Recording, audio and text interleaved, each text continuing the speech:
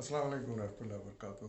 मोहतरम नाज़रीन, मोहतरम सामीन, पिछली किस्तें हम एक मज़मून का मुताला कर रहे हैं जिसका उन्वान था जब जहाज़ खुशकी पर चलाए गए और इसके मुसन्निफ़ हैं महमूद जमाल साहब। इस मज़मून में हम कुस्तुनतुनिया जो आज का इस्तांबुल है, तुर्की का इस्तांबुल है, मशहूर शहर बंदरगाह, उसका हम उसकी फ़तह का हम मुताला कर रहे हैं, उसकी सरगुज़िश्त और अहवाल कि किस तरह फ़तह हुआ। ये तो हम पढ़ चुके हैं कि उस ज़माने में इस्तांबुल का नाम कुस्तुनतुनिया था और कुस्तुनतुनिया वहाँ के जो ईसाई हुक्मरान थे कॉन्स्टेंटाइन, उनके नाम पर इसका नाम रखा गया था कॉन्स्टेंटिनेपल, और इसको हम उर्दू में कुस्तुनतुनिया कहते रहे हैं।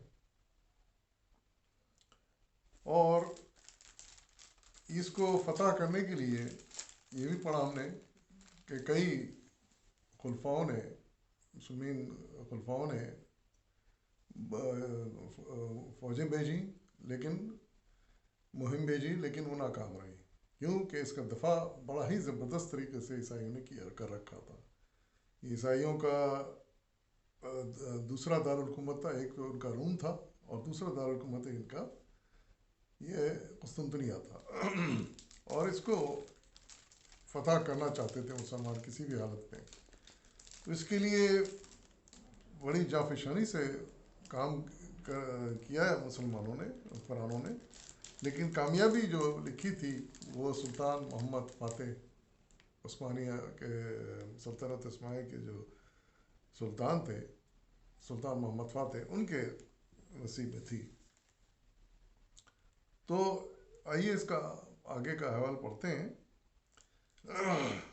सुल्तान मोहम्मद फ़ातेह इस नौमर शहज़ादे ने 22 साल की उम्र में खिलाफत की बागडोर संभाली, लेकिन अपनी खुदादाद सलाहियतों की बदौलत बहुत जल्द अपने पेशरों पर सबकत ले गए।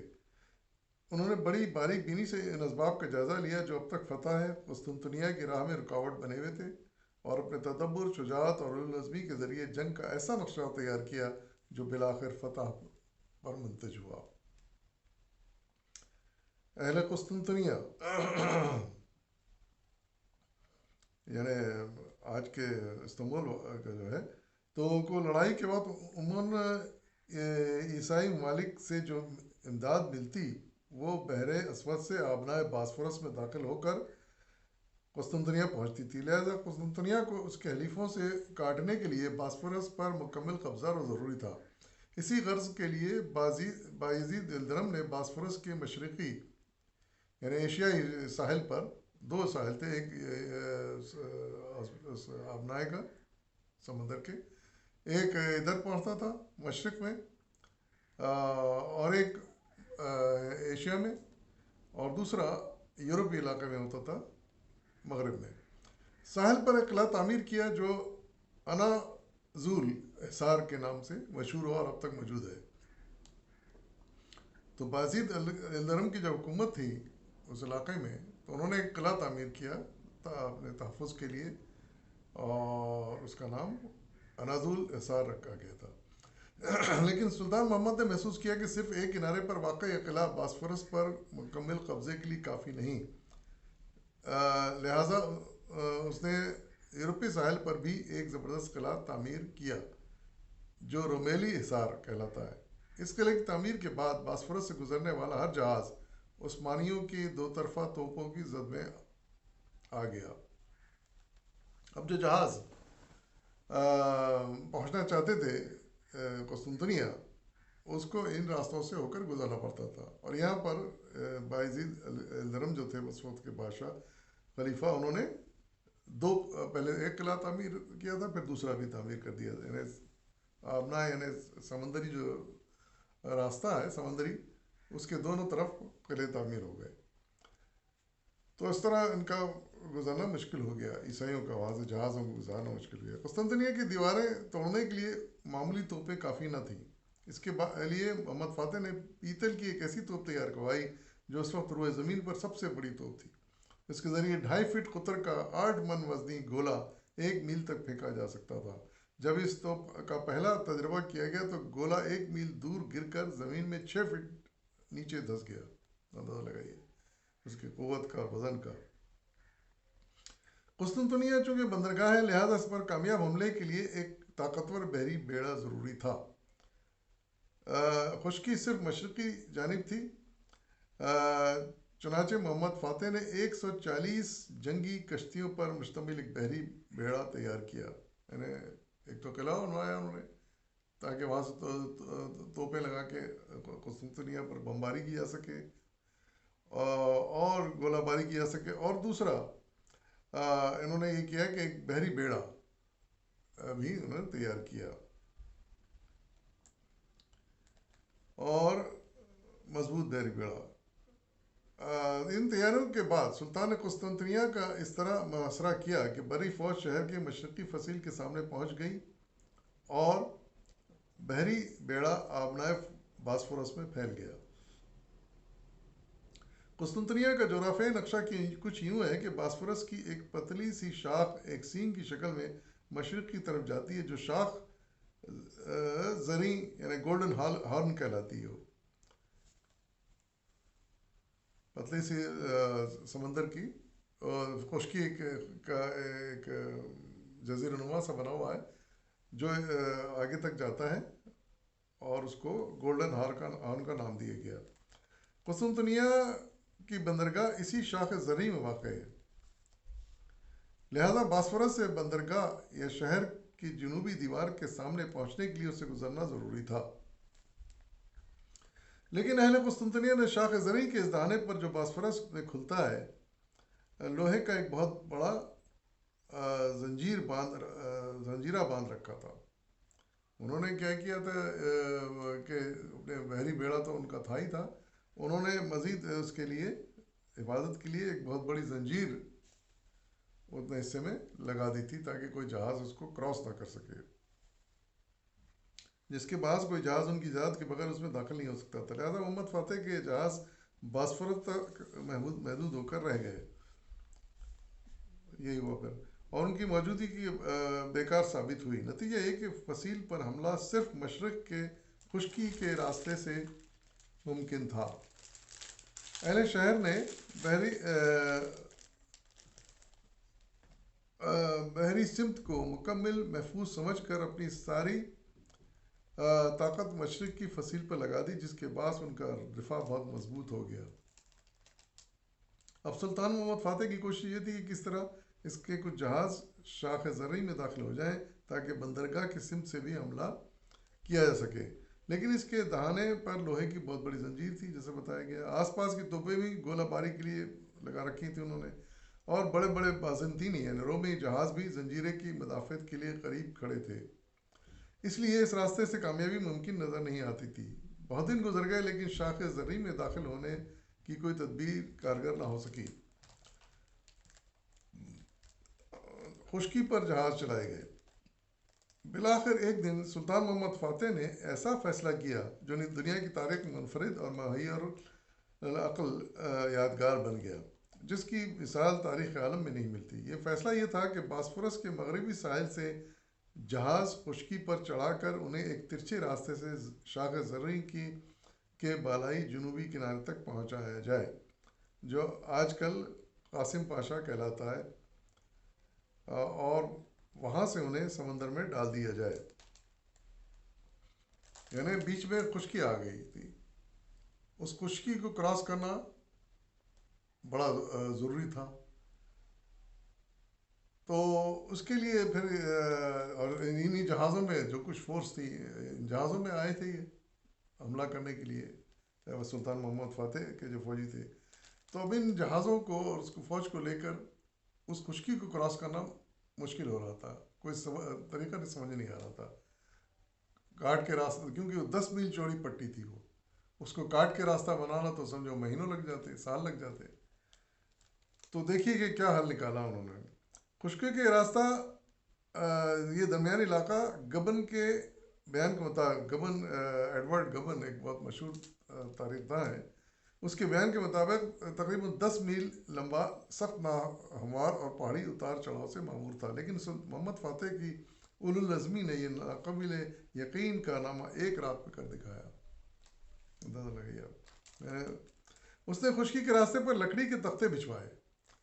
وہ جو خشک پٹی بیچ میں آ رہی تھی، خشکی کی پٹی، وہ 10 میل چوڑی تھی، اس کو پار کرنے کا، اپنی جہازوں سمیت پار کرنے کا سلطان محمد فاضلہ نے ارادہ کیا، اور اس کے لیے کیا ہے کہ اس کے کراس لکڑی بچھا دی گئی، لکڑی کے تختے بچھوا دی گئے، اور انہیں چکنا کرنے کے لیے ان پر چربی مل دی گئی۔ اپنے ساتھ وہ غالباً لائے تھے، پلاننگ کر کے آئے تھے وہ، انہوں نے کیا کیا کہ اس لکڑی کے تختوں پر چربی لگا دی، چربی ڈال دی۔ پھر 70 جہاز نما کشتیوں کو یکے بعد دیگرے فاسفورس سے ان تختوں پر چڑھایا گیا۔ پھر کیا کیا کہ کھینچ کے لیبر نے، سپاہیوں نے ان کشتیوں کو ان لکڑیوں پر چڑھا دیا کھینچ کے، وہ چکنائی تو لگی ہوئی تھی، اور تو اس سے کیا ہوا کہ وہ کھینچ کے وہ لکڑی پر چڑھ گئے، وہ اب اس کو پھر دھکا دے کر وہ آگے بڑھانے لگے۔ ہر کشتی میں ملا بھی سوار تھا، اور جو بادبان کو کنٹرول کر رہا تھا، بادبانی کشتیاں تھیں اس زمانے میں، تو ہوا کو بھی کہ مخالف بھی جو نا اس کو ہوا کی سمت کر دیا گیا، تاکہ بادبانوں کا بھی زور پڑے، ہوا زور پڑے، اور اس سے بھی مدد حاصل ہو۔ ہوا سے مدد دینے کے لیے بادبان بھی کھول دیے گئے۔ ان کشتیوں کو بیل اور آدمی کھینچتے ہوئے 10 میل کے پہاڑی مسافت طے کر کے شاخ زری تک لے گئے، راتوں رات اندھیرے میں۔ انہوں نے کشتیوں کو پہلے چڑھایا لکڑیوں کے پر، جس کا کہ سمجھے پٹری سی بچھا دی تھی، انہوں نے پلیٹ فارم سب بچھا دیا تھا، ادھر ایک کنارے سے لے کے دوسرے کنارے تک، یا وہ بچھاتے چلے جا رہے تھے، اور اسی کے ساتھ ساتھ جہازوں کو دھکا دیتے ہوئے ان کشتیوں کو آگے بڑھتے جا رہے تھے۔ اور اس طرح انہوں نے وہ پوری خشک پٹی جو تھی تقریباً 10 میل چوڑی، اس کو انہوں نے سپاہیوں اور کشتیوں سمیت کراس کر لیا۔ 70 کشتیوں کا قافلہ رات بھر مشعلوں کی روشنی میں مہوِ سفر رہا۔ بازنطینی یعنی رومی فوج قسطنطنیہ کے فصیل سے باسفورس کے مغربی ساحل پر مشعلوں کی چہل پہل دیکھتی رہی، لیکن اندھیرے کی وجہ سے انہیں کچھ سمجھ میں نہ آیا کہ کیا ہو رہا ہے۔ دور سے وہ دیکھ رہے تھے قسطنطنیہ والے، ان کے سپاہی، کہ کچھ چہل پہل چل رہی ہے، شمع روشن ہے، کچھ چہل پہل چل رہی ہے، لیکن ان کو سمجھ نہیں آیا کہ ہو کیا رہا ہے۔ اور ہو یہ رہا تھا کہ وہاں پر یہ کشتیاں لے جائی جا رہی ہیں وہاں تک، ان کے شہر کی فصیل کے قریب تک۔ جب صبح کے اجالے نے راز سے پردہ اٹھایا تو محمد فاتح کی 70 کشتیاں اور بھاری توپ خانہ شاخ زرعی کے بالائی علاقے تک پہنچ چکا تھا، یعنی دوسرے کنارے تک خشکی کے وہ پہنچ چکے تھے، اپنے توپ خانے، اپنی کشتیوں کے فوجوں کے سمیت۔ 10 میل خشکی پر جہاز چلانے کا کارنامہ جو محمد فاتح نے اس سے پہلے کسی کے تصور میں بھی نہیں آیا تھا، اس قدر حیرت انگیز ہے کہ مغرب کے متعصب مورخین نے بھی اس پر حیرانی کا اظہار کیے بغیر وہ نہ رہ سکے۔ ایڈورڈ گبن، جس کا میں نے ذکر کیا،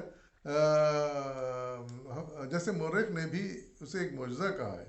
شاخ زرعی میں عثمانی کشتیوں کے پہنچنے کا ایک بڑا فائدہ یہ تھا کہ یہاں سمندر کا پانی اتھلا تھا، یعنی سمندر اتنا گہرا نہیں تھا، اور اس میں آزادی سے وہ نقل و حرکت کر سکتے تھے۔ اس کے برعکس عثمانی کشتیاں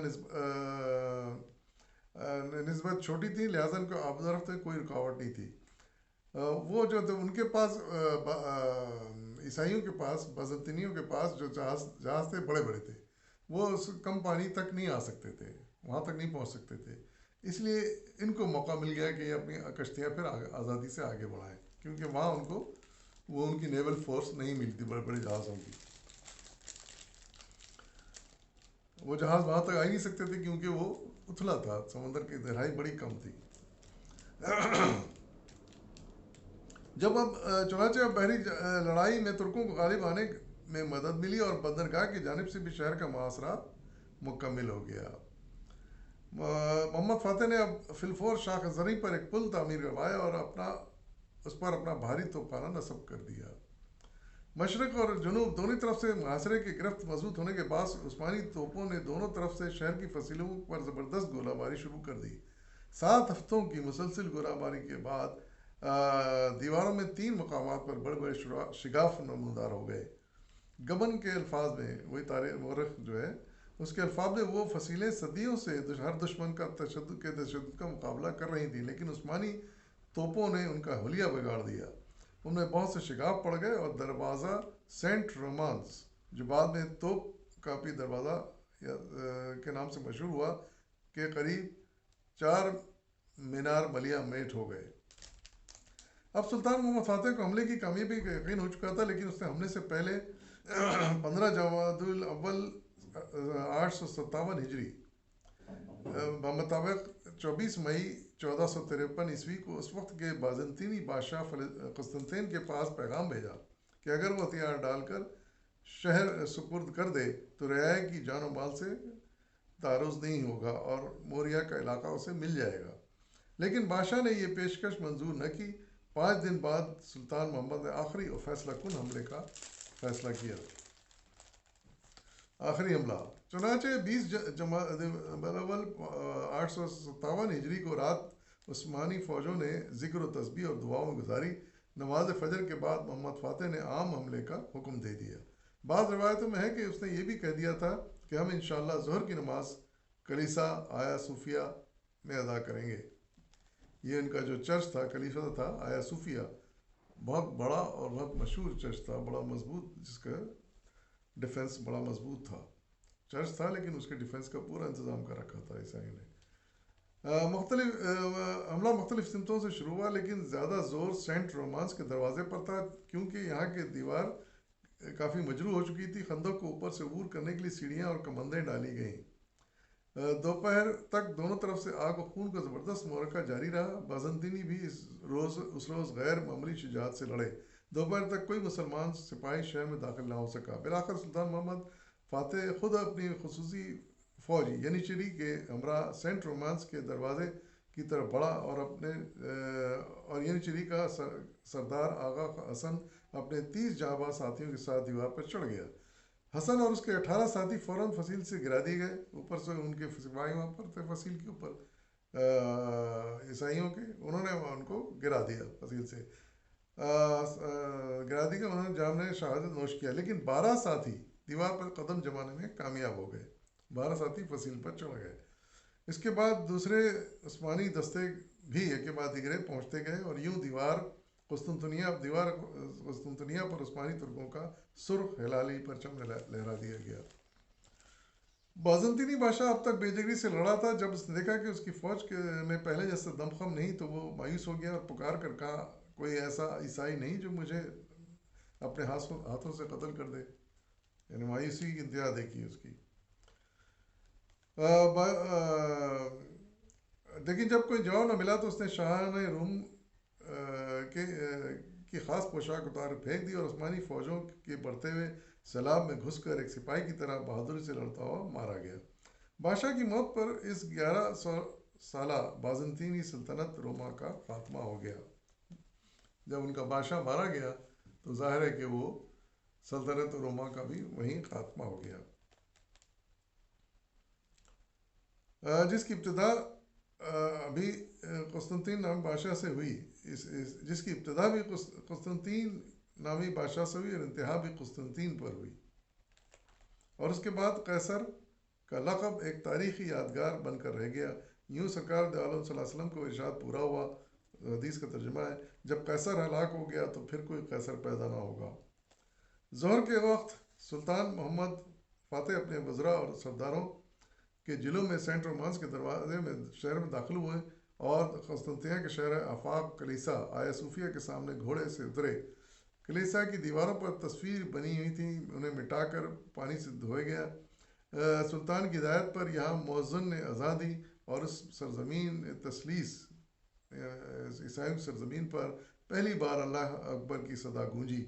सुल्तान ने नमाज ज़ोहर अदा की और उसी वक्त कलीसिया को मस्जिद में तब्दील कर दिया गया।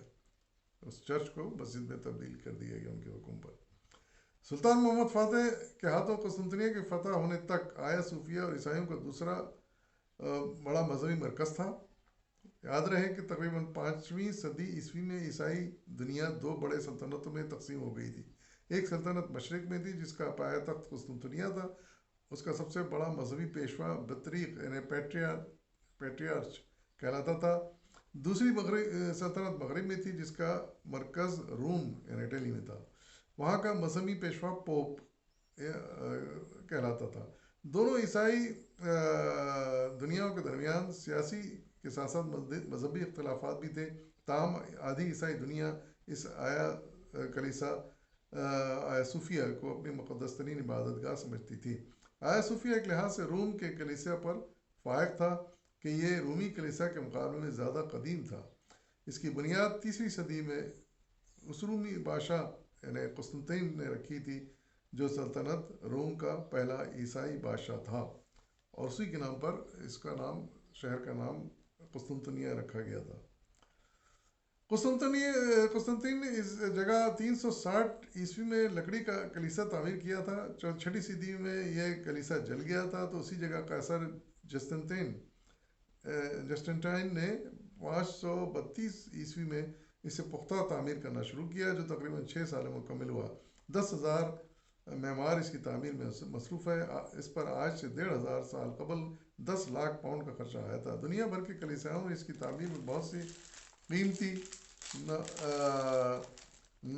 नवादिर और नजराने के तौर पर पेश की है। रिवायत है कि जब जस्टिनटाइन से इसकी तकमील के बाद पहली बार इसमें दाखिल हुआ तो उसने कहा था कि सुलेमान, मैं तुम पर सबकत ले गया। ये इशारा था उसका हज़रत सुलेमान अलैहिस्सलाम की तरफ। हज़रत सुलेमान अलैहिस्सलाम ने बैतुल मुक़द्दस तामीर किया था, और इस गुस्ताखाना जुमले में उस वाक़े की तरफ इशारा था, यानी अब मैं तुम्हारे इलाके पर काबिज़ हूँ, इस तरह का मतलब कुछ था उसका। गोया आया सूफिया अपनी शान में माज़ल्ला बैतुल मुक़द्दस से भी बाजी ले गया है। तकरीबन 1000 साल तक की इमारत कलीसिया के तौर पर ही नहीं, पूरे मुल्क आलम ईसाइयत के मजहबी और रूहानी मरकज़ के तौर पर इस्तेमाल होती रही।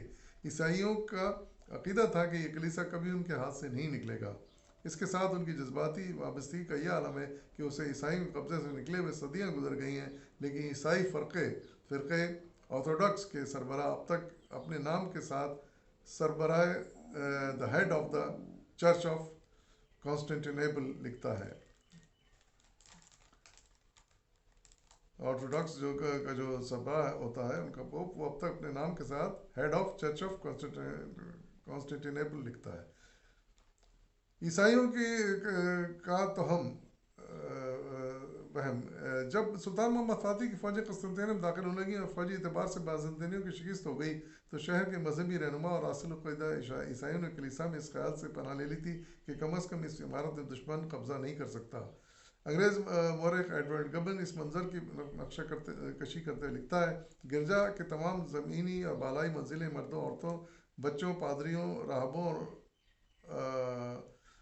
के हजूम से भर गईं। कलीसिया के दरवाज़ों के अंदर इतनी भीड़ थी कि इनमें दाखिला मुमकिन न रहा। ये सब मुक़द्दस इमारत में पनाह तलाश कर रहे थे जब मुसलमानों ने हमला किया। तो इनके एतक़ाद की बुनियाद एक जोशील ईसाई के इस इलाम पर थी, जिसमें बशारत दी गई थी कि एक दिन तुर्क कुस्तुनतनिया में दाखिल होकर रूमियों का ताक़ुब करते करते सेंट सूफिया के गिरजा के सामने सुतून तक पहुँच जाएंगे, जो कि शाह कुस्तुनतनिया के नाम से मंसूब है। बस फिर इनके मसाइब का नुक्ता आगाज़ हो जाएगा, क्योंकि इस मौके पर आसमान से एक फ़रिश्ता हाथ में तलवार लिए नाजिल होगा और सुल्तानत इस गरीब आदमी के हवाले कर देगा जो उस वक्त सुतून के करीब बैठा होगा। फ़रिश्ता उस शख्स से कहेगा कि ये तलवार पकड़ो और इससे अपना इंतकाम लो। ये हयात आफरीन जुमला सुनते ही तुर्क फ़ौज भाग खड़े होंगे और रूमी फ़तेहाब होकर तुर्कों को मगरब और अनातोलिया से ईरान की सरहद तक ढकेल देंगे। ये एक तरह का उनका तख़य्युल था, क़यास था, पेशगोई थी उनके बुज़ुर्गों की, लेकिन ऐसा कुछ भी नहीं हुआ। लेकिन तुर्क इस सुतून से भी आगे बढ़ गए, बढ़कर सेंट सूफिया के दरवाजे तक पहुंच गए। ना कोई फ़रिश्ता आसमान से नाजिल हुआ, ना ही रूमियों की शिकस्त फतह में तब्दील हुई। यानी ये सब कुछ जो तो उन्होंने सोचा था उनका ख्वाब और वहम ही था। کلیسا میں عیسائیوں کا ہجوم آخر وقت تک کسی غیبی امداد یا معجزے کا منتظر رہا، یہاں تک کہ ان کے طلسماتی اوہام باطلہ سلطان محمد فاتح کے ہاتھوں ہمیشہ کے لیے خاک میں مل گئے۔ سلطان محمد فاتح نے اس کلیسا کو مسجد بنا دیا، دیواروں سے تصویریں مٹا دی گئیں اور اس کے میناروں میں بھی اضافہ کر دیا گیا۔ یہ مسجد پھر جامع آیا صوفیہ کے نام سے مشہور ہوئی۔ آج جو ہم جامع آیا صوفیہ کی مسجد دیکھتے ہیں استنبول میں، وہ پہلے کلیسا تھا جو بعد میں مسجد بنا دیا گیا۔ قسطنطنیہ چونکہ سلطان کی طرف سے صلح کی پیشکش کے باوجود بزور شمشیر فتح ہوا تھا، اس لیے مسلمان ان کلیساؤں کو باقی رکھنے کے پابند تھے۔ خاص طور پر آیا صوفیہ کے ساتھ جو باطل مذہبی توہمات وابستہ تھیں، انہیں ختم کرنے کے لیے بھی سلطان نے اقدام مناسب سمجھا ہوگا۔ اس مسجد میں تقریباً 500 سال تک پنجگانہ نماز ہوتی رہی، لیکن خلافت کے خاتمے کے بعد، جو کہ 20ویں صدی میں کے شروع میں ختم ہوا تھا خلافت سلطنت عثمانیہ، اس کے خاتمے کے بعد جب ترکی میں مصطفیٰ کمال کا پاشا کا دور آیا تو اس نے اس مسجد میں نماز پڑھنی بند کرا کر اسے عجائب گھر بنا دیا۔